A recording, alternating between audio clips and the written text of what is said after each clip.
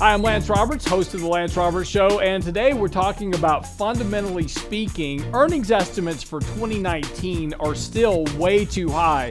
You know, this was something that I've been talking about now for well over a year, actually going all the way back to early 2018 as we were passing tax cuts and tax reform.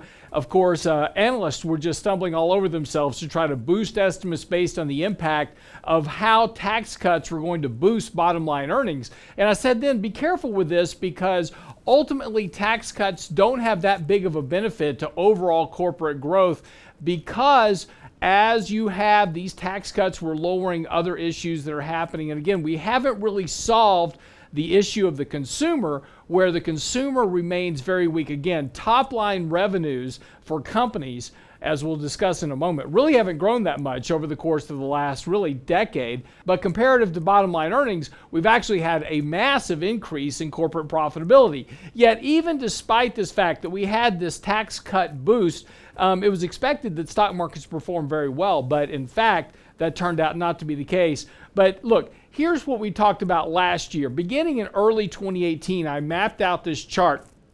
And the green line, the top line, shows what estimates were at the beginning of 2018. And in fact, by June of 2018, they had reached an all-time high of $170 a share in estimates. And I wrote then that this was unlikely to remain sustainable for very long because simply of the function that estimates by analysts are always overly exaggerated. This is part of the process of always providing that bullish commentary to try to keep investors invested in the markets.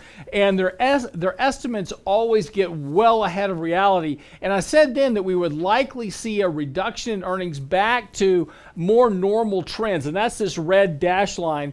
And since that time, earnings have been ratcheting down. The blue line, of course, and this really has just happened over the last 6 months. The blue line is estimates as of June 2018.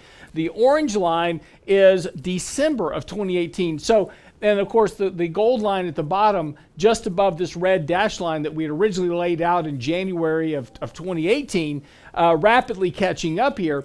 But this line is, of course, what has happened just in the month of January. So again, estimates so far have already fallen by $17 a share from the all-time highs in June, and those are rapidly heading down towards our quarter-end goal of $146 a share by the end of 2019. And at this point, we're likely going to get there. We may actually even wind up lower than this as we continue to watch what's happening with trade wars, also what's happening, of course, with just the economic growth of the economy once we've gotten past the inputs from the natural disasters that happened in 2017. A lot of that effect is now fading. But look, take a look at this next chart here, because what this chart shows us is where estimates started in January of 2018. And of course, the estimates were at that point. The issue here is that over the course of the next few months, analysts were tripping all over themselves to quickly increase estimates, and they raised estimates by over $13 a share just by the time we got to May.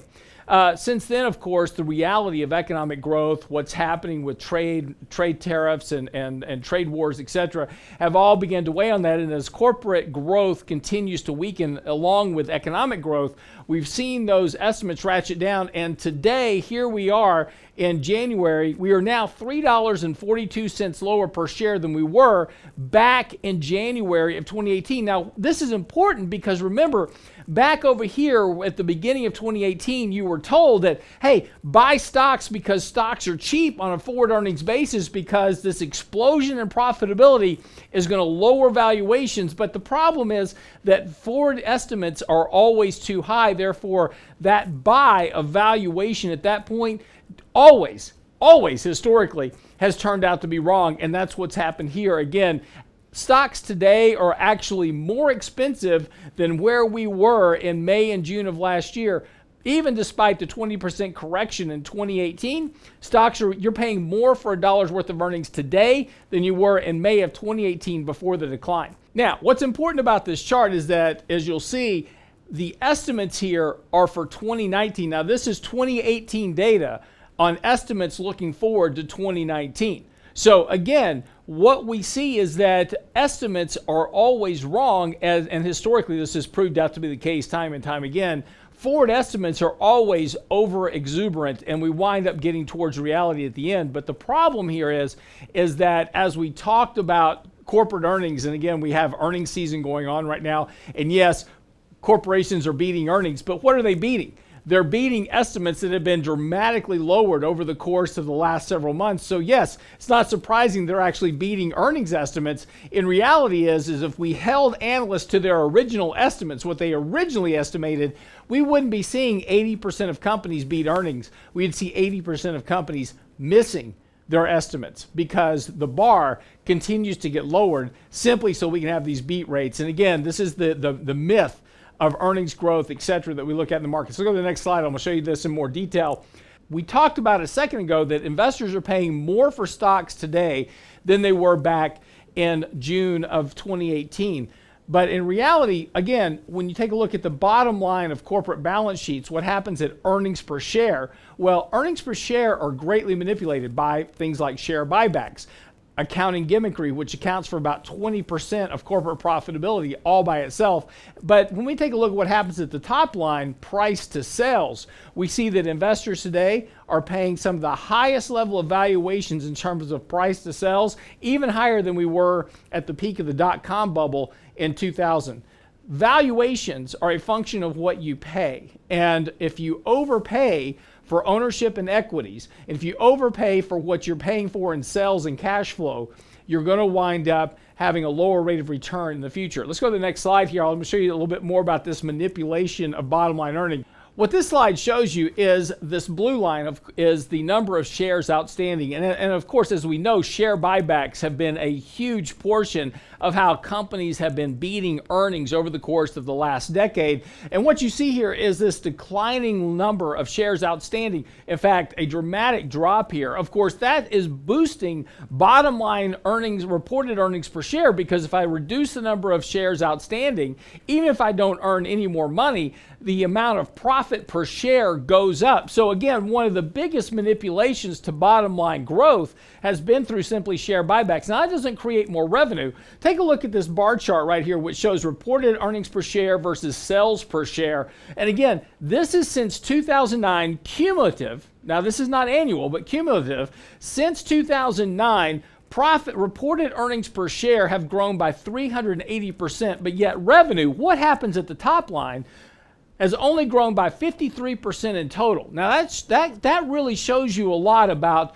what's happening at the top line. Of course, since corporate revenue is driven by economic strength, what we buy, what we purchase as consumers, weak economic growth over the last decade shows up right here, 53% of revenue growth. In fact, today, more than ever, 14% of the entire reported earnings by corporation actually comes from top line revenue. The rest of it is all through accounting gimmicks, share buybacks, other manipulations to the bottom line to expand that corporate profitability. But again, this doesn't create economic growth. Only revenue is what is truly driving economic growth in the country. Let's go to the last slide here, because this really brings home a very important point about economic growth. This blue line is our economic composite indicator. This is a very broad economic composite. It covers everything from sentiment surveys to actual hard manufacturing data. It's about 15 different components all put together, covers every angle of the economy, from small business to leading economic indicators to manufacturing data to sentiment surveys. All of that's included in one composite. And what we have here is a composite that closely tracks actual economic growth on a year-over-year basis. The red line is the change to S&P growth every single year. So this is the year-over-year change in the price of the S&P 500. And what you see here is this recent downturn in economic growth that started in June of last year has now shown up in exactly where you'd think it'd be, which would be the year-over-year rate of change in the S&P, since the index, since the market is a reflection of what happens actually in the economy. What happens in the economy shows up in bottom line revenue of profits for companies. Not surprising, there's a very high correlation between year-over-year changes in the S&P 500 and year-over-year changes in our economic composite. And this composite is already telling us that the economy is slowing down. So you would expect to see the year-over-year rate of change in the S&P continue to decline through the course of this year. That will comport back to our original slide here showing the fact that, well, earnings profitability is likely to fall even more by the end of this year. Look, fundamentally speaking, earnings and profits tell you a whole lot about what's happening in the markets. And as of this quarter, we will likely see a year-over-year contraction in profits for corporation and revenues for the first time in a couple of years. So again, pay attention to this very much because this is going to tell you a lot about where the markets are headed. Thanks for watching today. I'm your host at The Lance Roberts Show. And of course, you can go by our website and get by riapro.net. That's our professional version where we post articles like this. Of course, also all of our analysis on the markets, sectors, portfolio positions, etc. You can find all that at our website, riapro.net. And right now, use our special code Bear Market for a 2-week free trial of RIAPro.net. Check it out, and we'll see you next time on the LanceRobertsShow.com. Want a longer talk with Lance about your money? Request a personal one-on-one at realinvestmentadvice.com.